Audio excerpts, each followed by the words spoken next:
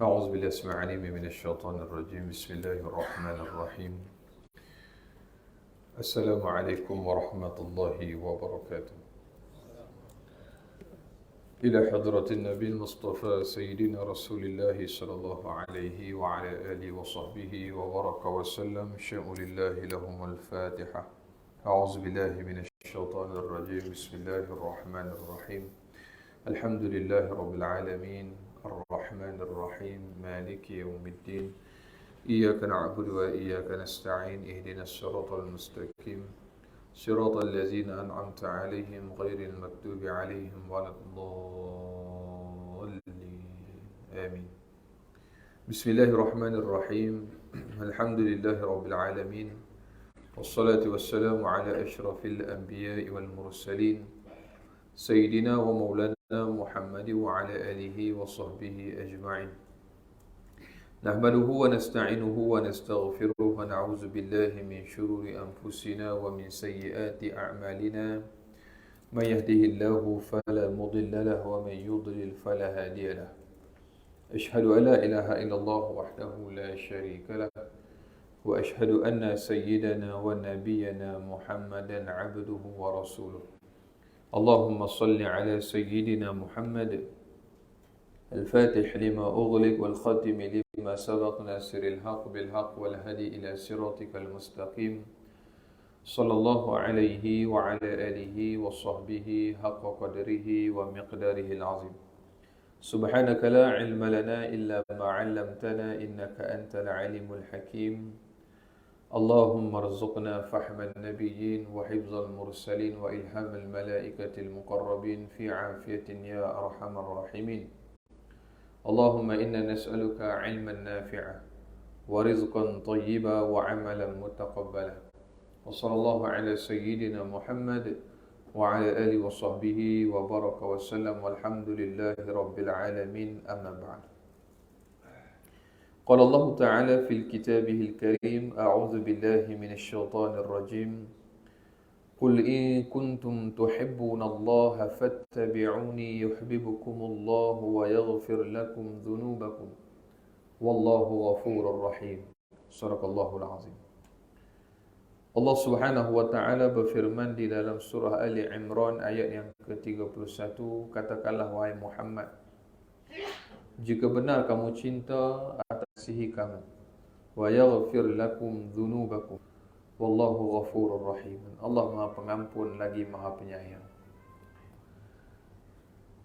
Ayahanda bunda muslimin muslimat sidang jemaah warga surah An-Nur, mudah-mudahan senantiasa hendaknya kita berada dalam rahmat dan kasih sayang Allah Subhanahu wa taala. Amin Allahumma amin. Alhamdulillah, pertamanya dan selamanya marilah sama-sama kita panjatkan, kita rafa'kan segala puja dan puji syukur kehadrat Allah Subhanahu wa taala. Dipertemukan lagi kita pada malam hari ini, Ibu sekalian, untuk sama-sama kita mengisi ruang di antara maghrib dan isyak ini dengan kita melazimi majlis ilmu. Kehadiran kita ke dalam majlis ilmu, ke tempat-tempat yang baik yang Allah Ta'ala cinta adalah salah satu tanda Allah Ta'ala kasih kepada kita. Sebab apa? Sebab Allah nak bagi syurga. Dan jawapan yang paling simple sekali, yang mudah faham, sebab Allah nak bagi syurga.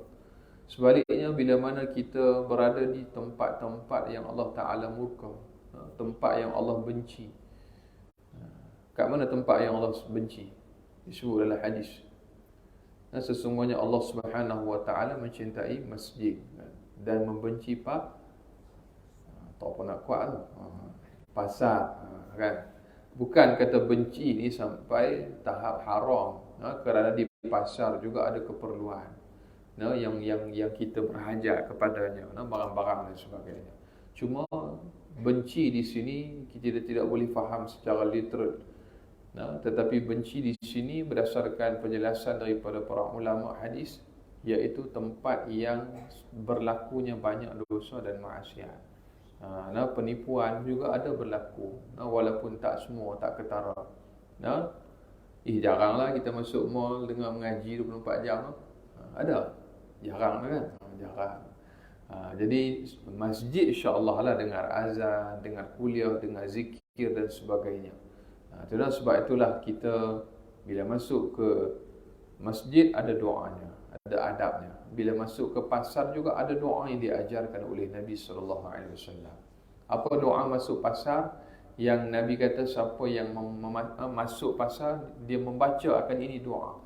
La ilaha illallah wahdahu la syarikalah, lahul mulku wa lahul hamdu yuhyi wa yumit, wa huwa hayyu la yamutu biyadihil khair, wa huwa ala kulli syai'in qadir. Ada hadis ni di dalam kitab Muntakab Hadis Maulana Zakaria Khandahlawi, iaitu adab masuk pasar. Siapa yang membaca akan zikir ini, Allah Ta'ala akan ampun dosanya, akan angkat darjatnya dan diberikan pahala oleh Allah Subhanahu Wa Ta'ala. Berapa darjat tu ulama bincang. Sebab benda pahala dosa ni benda ghaib, tak tahu. Baca doa tu masuk pasar, daripada boleh dosa dapat pahala pula. Tu adab tu, itulah namanya adab. Dan bila sebut tentang zikir ni, ada satu lagi zikir yang zikir ni kita kalau boleh jangan tinggal. Dan dia ada tempoh masa dia untuk baca, iaitu zikir selepas memberi salam dan masih berada dalam keadaan iftirash ataupun duduk tahiyat. Yang ini adalah perkara ataupun zikir yang diajarkan, yang dibaca oleh Nabi SAW dalam hadis riwayat Imam Tirmizi dalam sahih beliau, iaitu an Abi Dharr anna Rasulullah sallallahu alaihi wasallam qala man qala fi duburi salatil fajr wa huwa thanin rijlaihi qabla an yatakallam la ilaha illallah wahdahu la syarika lah, lahul mulku wa lahul hamdu yuhyi wa yumit, wa huwa ala kulli syai'in qadir 10 marratin, kutiba lahu 10 hasanat. Nabi kata apa? Dalam sebuah hadis daripada Abu Zarr radhiyallahu anhu meriwayatkan bahawa Rasulullah sallallahu alaihi wasallam bersabda, sesiapa yang membaca setelah selesai solat subuh dalam keadaan menyilangkan kedua kakinya, yakni masih kekal dalam keadaan tahiyat akhir, tak ubah kedudukan kaki dia. Sebab sahabat tengok Nabi duduk macam tu. Ni bukan reka-reka. Dia membaca zikir la ilaha illallah wahdahu la syarikalah, lahul mulku wa lahul hamdu yuhyi wa yumit, wa huwa ala kulli syai'in qadir. Dibaca sebanyak 10 kali, maka tercatat untuknya 10 kebaikan dan terhapus darinya 10 dosa serta diangkat untuknya 10 darjat. Dan sambungan hadis menyebutkan, dan pada hari itu dia berada dalam perlindungan daripada segala yang tidak diingini, terjaga dari syaitan, begitu juga tidak layak ada dosa atasnya pada hari itu kecuali syirik kepada Allah. Yang tu tak ada pek dia nak tolong. Kena jaga sendiri lah yang tu. Baik, ni dalam hadis riwayat Imam Tirmizi. Manakala di dalam riwayat Imam Nasa'i, Imam Ahmad dan Ibn Hibban ada tambahan, iaitu sesiapa yang membaca zikir tersebut tatkala selesai solat maghrib, maka ia mendapat perlindungan seperti itu juga sehinggalah pada waktu pagi. Jadi dua-dua waktu ni jaga. Bila? Subuh dengan maghrib. Tadi tu imam baca. Kita baca jangan kurang, jangan lebih. Boleh Ibu sekalian?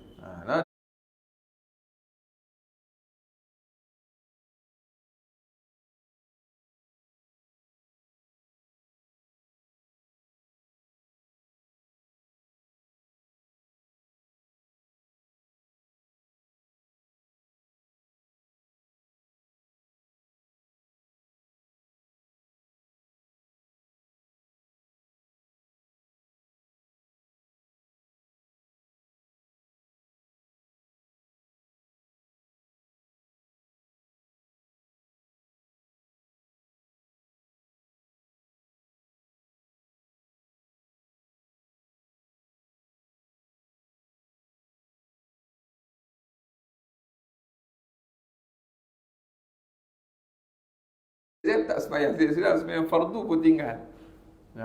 Habis je SPM, lebih kurang gitulah, saya pun tak erti. Jangan kita exam sebab Allah ke sebab nak skor. Sebab nak skor tu sebab Allah lah tu. Nah lillahi ta'ala. Tu nah bukan lillahi ta'ala biar gagal, tak betul. Tu nah ibu bapa dah korban macam-macam belanja dan sebagainya, korban tenaga hantar kita sekolah. Takkan kita tak nak buktikan sesuatu kepada keluarga. Itu saya sebut begitu pada anak-anak pelajar. Baik. Bukan tak letih, beletih kat budak-budak sekolah ni, letih. Ibu-ibu pun ada anak, ada cucu, ibu tahu lah macam mana. Hari ni janji begini, esok dia buat macam ni. Tu dah, baik. Itu nama pun budak-budak. Sebab tu dalam cerita Piramli disebut dah, budak-budak tak boleh pegang duit banyak-banyak. Apa faham? Tak faham tu dah. Sebab bila dia pegang duit banyak-banyak, dia akan buat benda-benda yang pelik-pelik. Tu macam Sazali buat tu. Tahu Sazali? Kenal? Tak kenal tau. Saya seorang je kot kenal. Bapa yang bersalah dalam hal ini. Bapa membesarkan Sazali dengan secara membabi buta sahaja. Sehingga semua kemahuan Sazali bapa tunaikan. Sehingga Sazali sanggup menipu bapa. Menipu untuk kepentingan diri Sazali sendiri. Tetapi bapa hanya anak ke Sazali. Dia apa yang lah? Seronok main kulah ni. Tu skrip dalam filem tu. Saya ingat sampai sekarang. Saya ingat first saya tonton tu masa saya kanak-kanak. Ayah saya kata ni hang tengok ni. Aku tak mahu jadi macam ni tak. Kita pun takut. Sekarang Sazali sudah punya wang, sudah punya kawan-kawan. Sazali sudah tidak perlu sama bapa. Remoh tu tak. Turun. Muka jahat dia. Tuan-tuan, pandai Piramli cari pelakon. Nama apa dah pelakon tu saya pun tak ingat. Memang rare betul. Itulah realitinya, gambarannya. Dan perkara itu sedang berlaku di zaman ini. Bagi. Mak nak handphone, beli, bagi. Mak nak komputer, beli, bagi. Apa yang kita tak bagi kat anak kita? Mak nak motor, lesen tak ada pun, bagi juga. Akhirnya apa yang berlaku? Duit mak simpan kan. Hasil bekerja, terpaksa pergi jamin anak dekat balai dan sebagainya. Itu yang berlaku. Na'udzubillah min zalik. Jadi sebab itu penting kita ambil iktibar apa yang kita lihat di sekeliling kita. Itu saya pesan begitulah pada anak-anak pelajar. Mereka pun tahu. Jadi zikir tadi, yang pertama kita buat zikir program tu, kita nak bagi pendedahan kepada anak-anak kita. Yang kedua ialah fawaid daripada hadis ini menceritakan tentang kelebihan membaca zikir sebagaimana yang kita bacakan tadi, yang diajarkan oleh Nabi SAW. Jadi ibu-ibu jangan tinggal zikir ni. Walaupun zikir ini, kata ulama, hanya menghapuskan dosa kecil sahaja, walaupun sebanyak buih di lautan. Dosa besar diampun hanya dengan taubatan nasuha. Tubu ilallahi taubatan nasuha. Tetapi dosa kecil kita pun banyak. Bayangkan kalau setiap hari kita buat 2 kali maghrib dengan subuh. Allahu Akbar. Betapa besarnya pahala yang Allah Ta'ala sediakan untuk kita. Baik, itu sebagai mukadimah pada malam hari ini, sebab dah lama tak jumpa. Jadi kongsi amalan dululah sebelum terlupa. Baik. Esok ada tanyalah ustaz, jangan lupa tengok. Tajuk dia khusyuk dalam sembahyang. Saya tengah duduk fikiran ni, duduk fikir pasal nak cerita apa esok. Tadi rakaman tanyalah ustaz. Esok recording, ada recording. Sebelum recording siaran langsung juga. Esok kena tengoklah tajuk tentang khusyuk dalam sembahyang. Lusa 30 hari bulan rakaman, tajuk apa saya tak ingat. 31 Ogos tajuk istimewa bersempena dengan sambutan kemerdekaan dan sambutan bulan kebangsaan, hari kebangsaan. Dan kita bawa Lieutenant Colonel dan juga pegawai kagat panel. Sudah. Kena tengoklah tajuk tu. Hubbul Watan, cinta kepada tanah air. Ada buat forum Merdeka ni? Tak buat. Mood cuti sekolah lah. Kami hari Jumaat buat, insya-Allah. Baik, jadi pada malam hari ini kita sambung nasihat daripada kitab Ya Bunayya, wahai anakku yang tercinta. Dalam poster tu ada kesilapan ejaan, Ayyuhal Walad. Itu kitab satu lagi, itu Imam Ghazali punya kitab. Tulisan surat ataupun naskah wasiat Imam Ghazali rahimahullah, namanya Ayyuhal Walad. Juga maksud yang sama, wahai anakku yang tercinta. Ya Bunayya pun sama juga, wahai anakku yang tercinta juga. Cuma yang ini adalah nasihat daripada Imam Ibnul Wardi Al-Khindi rahimahullah. Sudah. InsyaAllah ada rezeki habis nanti kita mungkin boleh tengok kitab Ayyuhal Walad pula sambungan. Nah, yang tu dia lebih dalam. Dia cerita juga perkara-perkara berkenaan dengan ma'rifatullah, tentang tasawuf lah, more tu tasawuf. Nampak akhlak ni, takhalli, tahalli, tajalli dan sebagainya. Pentingnya memilih guru dan sebagainya. Beramal dengan ilmu yang dimiliki. Itu antara pesanan Imam Ghazali rahimahullah. Surat tu dibuat sebab permintaan daripada murid Imam Ghazali yang lama tidak bertemu dengan gurunya. Dia kata, wahai guru, boleh tak kirim kepadaku sesuatu nasihat untuk memberikan kekuatan kepadaku untuk aku beramal. Jadi akhirnya Imam Ghazali utuskan surat itu, dan surat itulah terhasilnya namanya kitab Ya Ayyuhal Walad. Itulah baik. Dia ambil manfaat sehinggalah pada zaman kita pada hari ini. Baik. Adapun pada nasihat yang ke-8 pada malam hari ini, kita bicarakan berkenaan dengan syariat Islam membawa kebahagiaan dan kedamaian.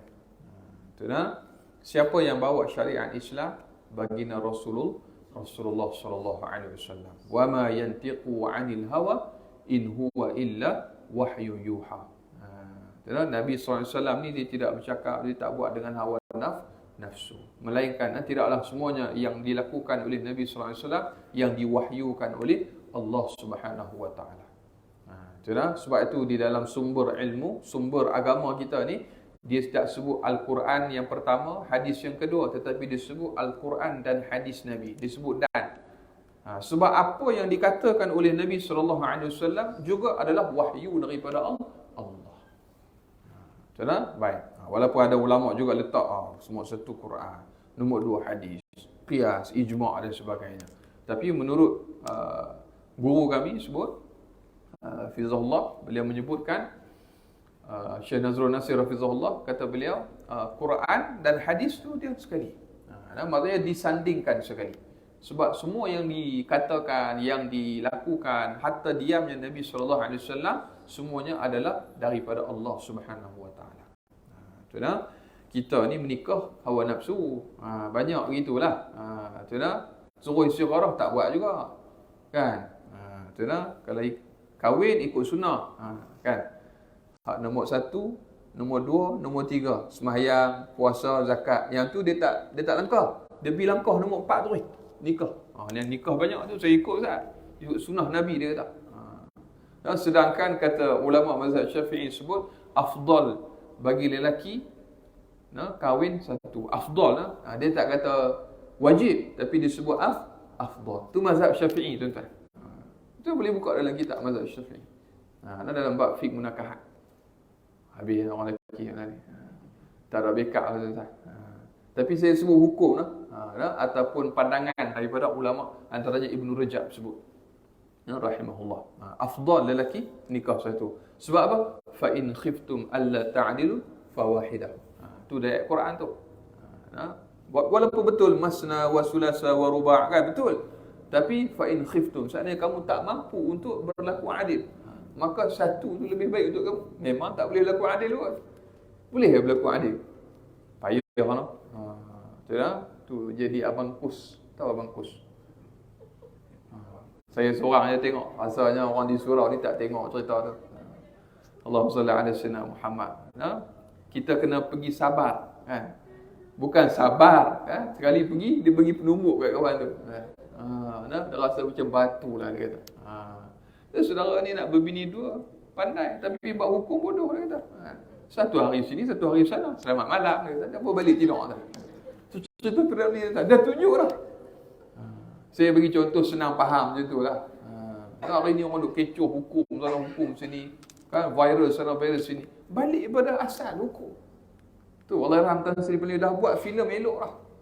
Kita je tak menghayati apa nasihat yang cuba disampaikan. Falsafah di sebalik filem yang cuba untuk diceritakan kepada kita.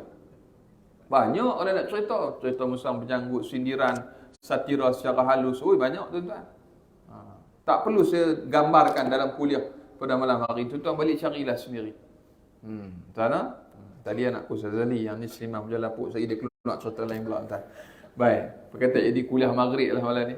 Jadi bedah filem pula. Saya nak bagi mudah faham. Tuan, sebab tu kata ada satu orang ulama. Dia kata Allahyarham Tan Sri Peliu ni dia adalah wali filem. Dan saya tidak menolak dan saya tidak mengiyakan. Mungkin kebarangkalian besar dia adalah wali filem. Kerana walaupun filmnya telah lama disiarkan ataupun Allahyarham Tan Sri Pradip telah lama meninggal, tetapi filmnya kekal hidup sampai pada hari ini. Kenapa? Mana ada orang buat filem macam tu? Ingat ada cerita Vic Morrow? Cerita apa tau? Combat. Mana ada tayang lah sekarang? Tahu? Vic Morrow kan? Betul? Saya tak hidup lagi zaman tu. Saja sebut lah. Ayah-ayah saya tu tengok kan? Itulah Mike Guyver dan sebagainya. Baik. Seronok lah cerita lama-lama kan? Baik. Tak masuk kitab betul lah ni. Abang Zul punya kerja ni. Lama tak jemput. Wah, Abang Zul jangan marah. Baik, jadi Rasulullah SAW Muhammad, saya nak datang tapi ada keuzuran. Masa awal saya tak datang tu, arwah atuk saya meninggal. Arwah atuk saya meninggal. Imam masjid, pendaftar juru nikah, guru takmir, tukang sembelih, macam-macam lagi kerja dia buat sejak umur 30-an. Meninggal umur 81. Baik. Dan ialah satu kehilangan yang besar sebenarnya. Waktu saya mesej Abang Zul tu, saya kat hospital. Baik. Jadi Rasulullah SAW Muhammad, hendaklah engkau membenarkan akan segala syariat yang dibawa oleh Rasulullah SAW, dan jangan sekali-kali engkau membenarkan tukang-tukang pendusta itu. Fikirkanlah manusia. Fikiran manusia sudah pasti tidak mampu memahami segala kekuasaan dan kebijaksanaan Allah Subhanahu wa taala yang menunjuki kita ke jalan yang lurus. Itu pesanan daripada Imam Ibn Wardi rahimahullah. Baik, yang pertama ialah jangan sekali-kali kita menolak walau satu syariat yang dibawa oleh Nabi SAW. Walau kita tolak satu saja, habis sesat lah kita. Baik. Dan jangan sekali-kali terpengaruh, terpedaya dengan orang-orang yang cuba mendustakan agama. Siapa golongan pendusta agama ni? Dijenamakan dengan nama yang baru, kata ulama kontemporari. Sepertinya disebut liberalisme, pluralisme agama, sekularisme, hedonisme. Kan ada banyak serangan-serangan pemikiran yang berlaku. Contoh kalau sebut hedonisme, tahu hedonisme? Ni orang-orang yang cuba untuk melalaikan manusia daripada ingat Allah. Dia perkenalkan apa? Hiburan melampau sehingga lupa akan dosa dan pahala. Itu namanya hedonisme. Berhibur sehingga lupa batasan. Tuan-tuan, sedangkan Islam ni, dia adalah the way of life. Cara hidup. Kata orang kampung then, the way of life lah. Kan? Tahu cara hidup kan? Every single thing. Cakap orang putih lagi. Semua yang ada dalam kehidupan yang kita lalui, yang kita temui daripada sejak kita lahir sampailah kita meninggal, semuanya ada aturan yang telah ditunjukkan oleh Nabi sallallahu alaihi wasallam.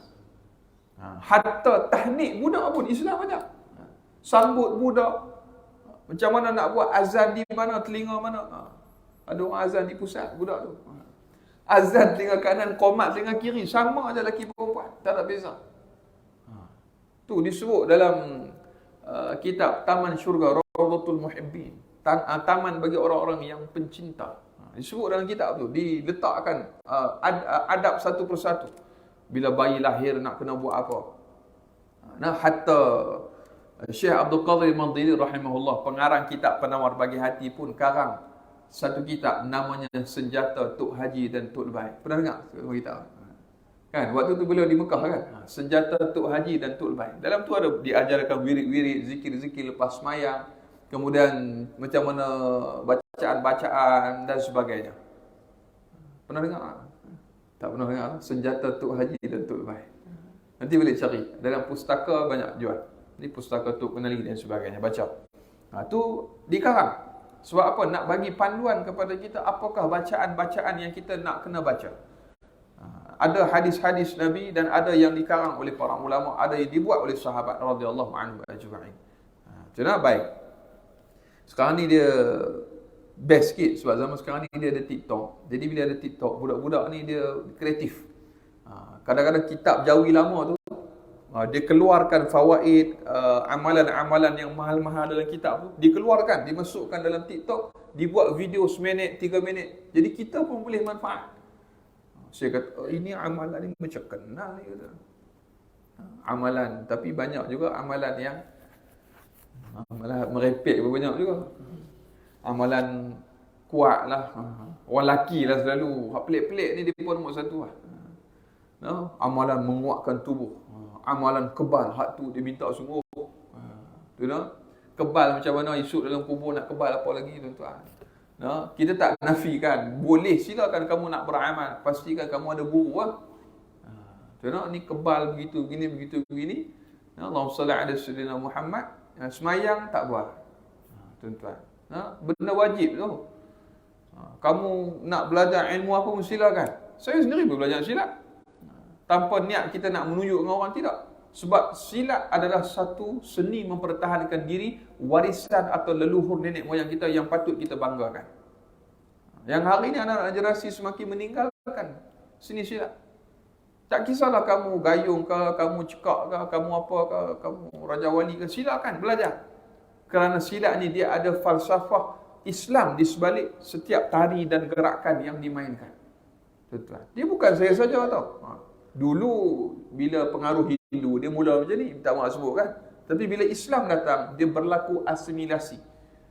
Itu yang dia mula begini. Ni kan qiyam ni kan, qiyam.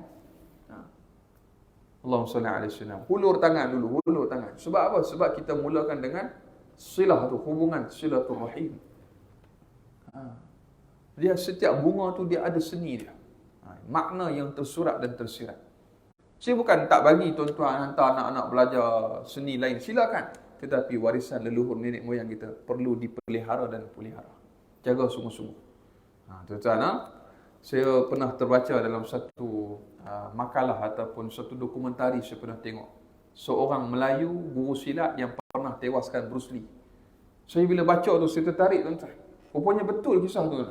Bruce Lee pernah tewas di tangan seorang guru silat Melayu. Saya tak ingat di mana gelanggang, saya tak ingat. Nanti balik buka dalam Google, kita boleh tengok. Ada gambar tu ada. Beliau bersama dengan the late Bruce Lee. Ditewaskan oleh guru tersebut. Kalau tengok tubuh dia pun ada, nampak macam lekeh. Sebab mereka ni ada amalan rohani yang kuat. Baik. Sebab tu tuan-tuan, zikir ni jangan tinggal. Zikir jangan tinggal, amalan-amalan kita jangan tinggal. Kalau ibu-ibu baca, biasa kalau nak kaya baca surah Waqiah, baca, jangan tinggal. Ada seorang guru saya, ayah dia hantar belajar di Pakistan 12 tahun tuan-tuan. Berbekalkan RM500 je. Boleh hidup. RM500. Rupanya sebelum ayah dia hantar dia naik flight pergi ke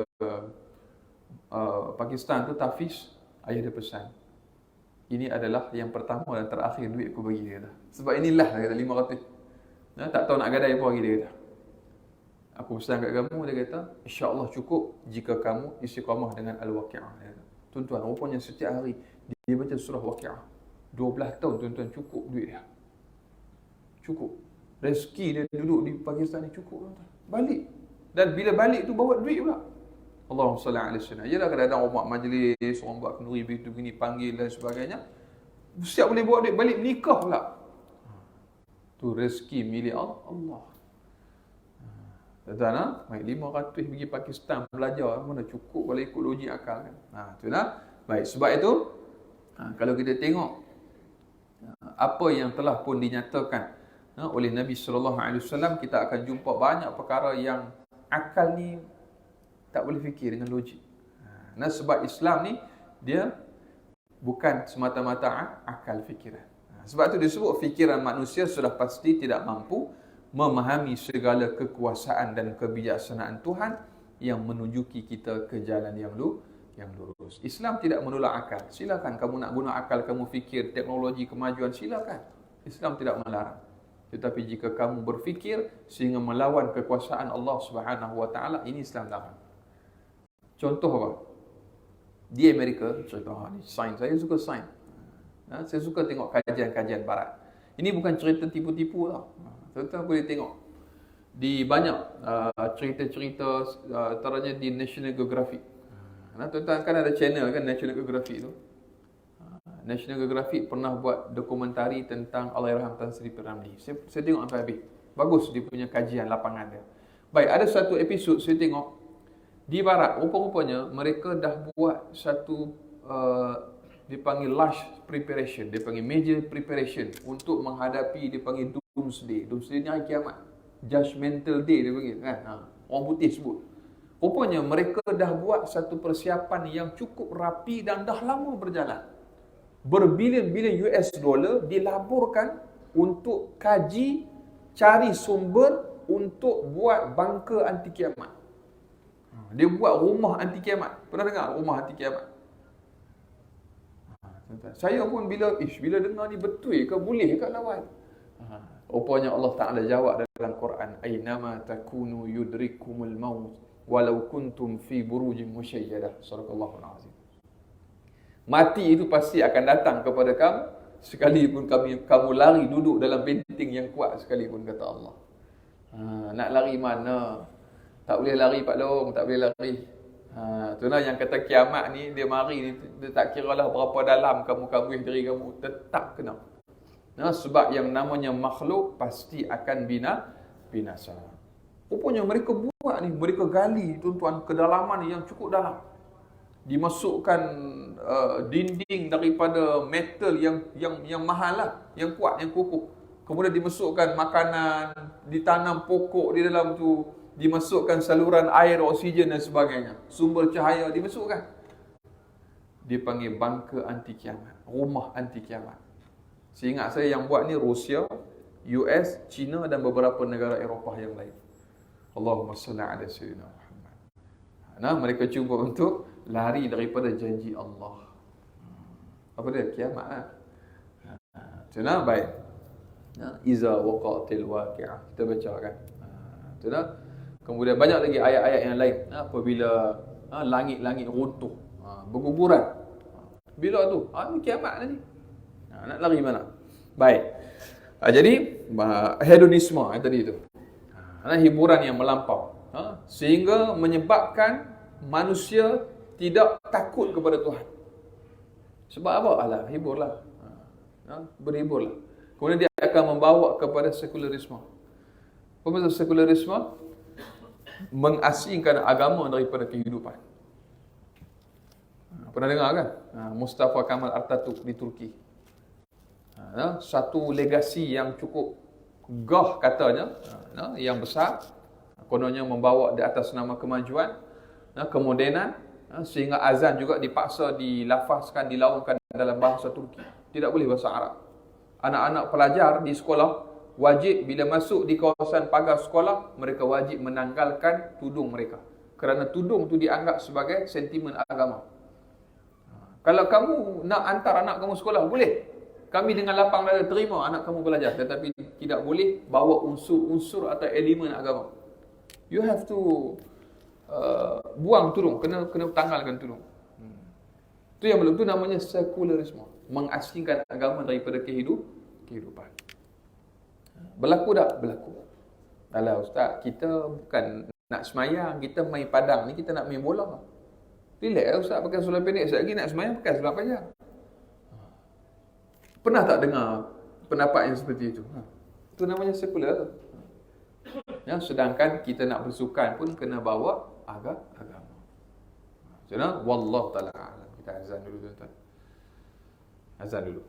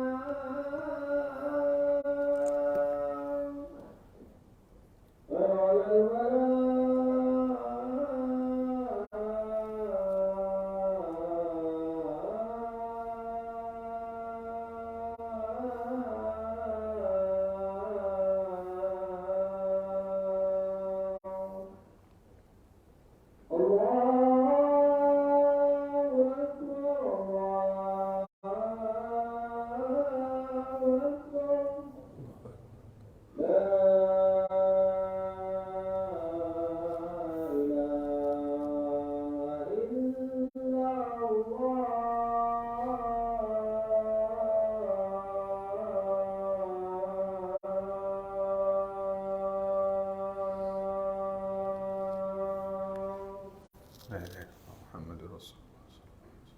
Allahumma salli ala sayyidina Allahumma rabba hadina آل سيدنا محمد وسلم والشرف والدرجة العالية وضعف مقامنا إنك لا تخلف الميعاد يا أرحم الراحمين اللهم صل على سيدنا محمد وعلى آل سيدنا محمد أما بعد. Kata Syekh Fahmi Zamzam rahimahullah, Allah Subhanahu wa taala dengan kasih sayangnya kepada kita telah menurunkan syariat Islam seperti yang dibawa oleh baginda Rasulullah sallallahu alaihi wasallam. Dan syariat itu merupakan hadiah besar yang dianugerahkan oleh Allah Taala kepada kita. Jadi syariat yang Nabi bawa ataupun kehadiran Nabi sallallahu alaihi wasallam, wa ma arsalnaka illa rahmatan lil alamin. Tidaklah kami utuskan engkau wahai Muhammad melainkan rahmat bagi segala alam. Alam di sini bukan manusia semata-mata, bahkan jin, haiwan, tumbuhan, semuanya mendapat keberkatan, kemuliaan dan juga manfaat akan kelahiran dan juga terzahirnya Nabi sallallahu alaihi wasallam.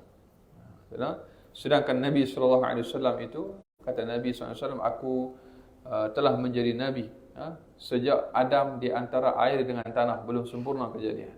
Tu yang ulama bahas Nur Muhammad dan sebagainya, itu bab lain lah. Itu pembahasan yang dalam, itu bab lain. Syekh Nuruddin Ar-Raniri juga pernah membahaskan tentang istilah Nur Muhammad tu. Walaupun ada ulama yang mengatakan supaya berhati-hati dengan perbahasan tersebut, supaya tidak menimbulkan kekeliruan kepada masyarakat. Sana tuan kena tanya pejabat mufti lebih lanjut. Saya tengok dulu ada kitab ataupun risalah yang diterbitkan oleh Majlis Agama Islam Negeri Sembilan. Tuan boleh dapatkan. Hubungi CP pejabat, ada artikel ataupun risalah tu yang diterbitkan.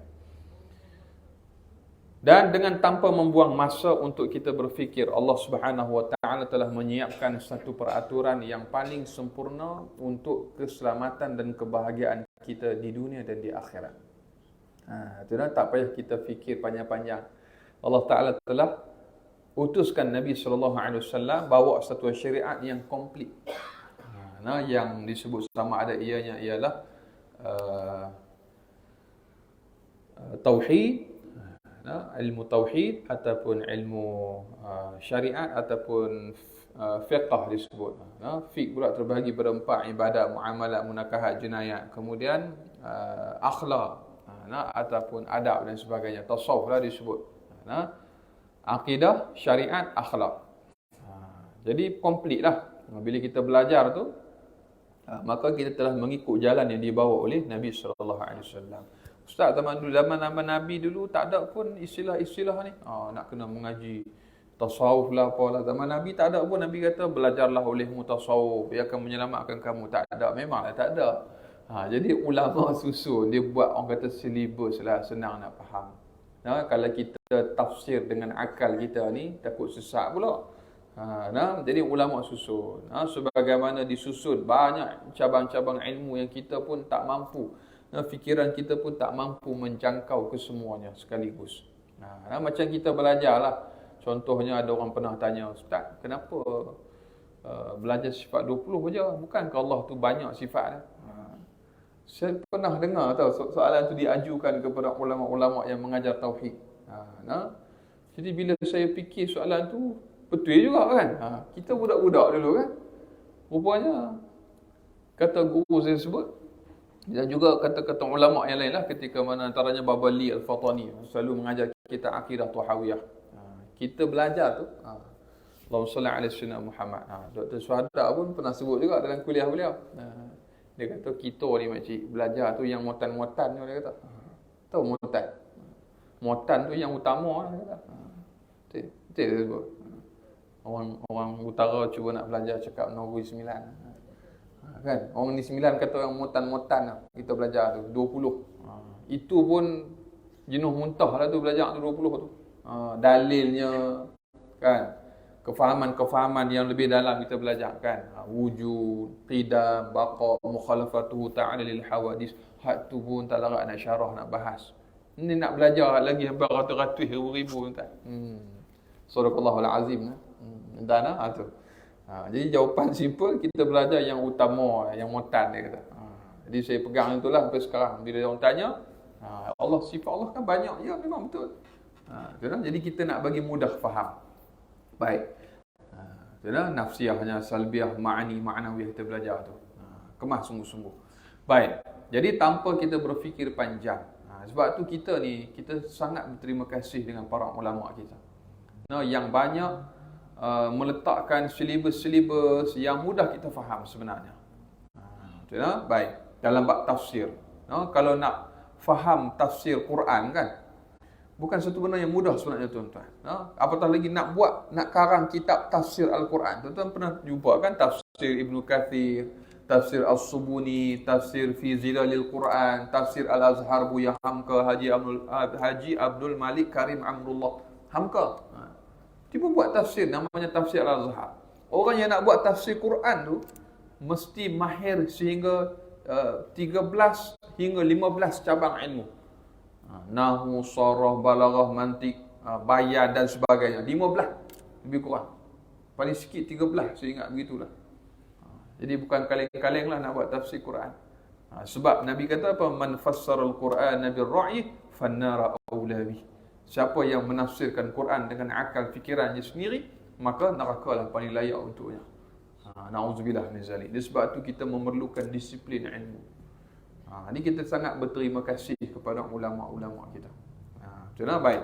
Habis. Dan yang terakhir, insya-Allah nanti kita sambung pada minggu-minggu akan datang.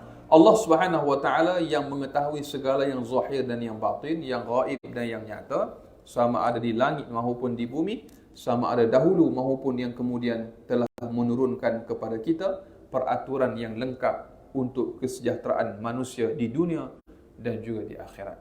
Oleh itu, maka sangat wajar nikmat syariat ini kita syukuri dan kita banggakan. Wallahu ta'ala alam. InsyaAllah kita akan sambung nanti. Juga kita akan bahaskan berkenaan dengan what is the definition of sunnah, our beloved Prophet Muhammad, peace be upon him. Cakap orang putih. Apakah definisi sunnah Nabi SAW? InsyaAllah kita akan bicarakan. Yang disebutkan, ada yang disebut tashri'iyah, bukan tashri'iyah dan sebagainya. Surah, sirah, sarirah, itu semua ulama bahas. InsyaAllah kita akan sebut nanti. Wallahu ta'ala a'lam. Aqulu qawli hadza wa astaghfirullahal azim li wa lakum wa billahi taufiq wal hidayah. Assalamualaikum warahmatullahi wabarakatuh. اللهم نور قلوبنا بنور هدايتك ما نورت الأرض بنور شمسك أبدا برحمتك يا أرحم الراحمين. ربنا أتنا في الدنيا حسنة وفي الآخرة حسنة وقنا عذاب النار. وصلى الله على سيدنا محمد وعلى آله وصحبه وبارك وسلم والحمد لله رب العالمين. تقبل الله منا ومنكم.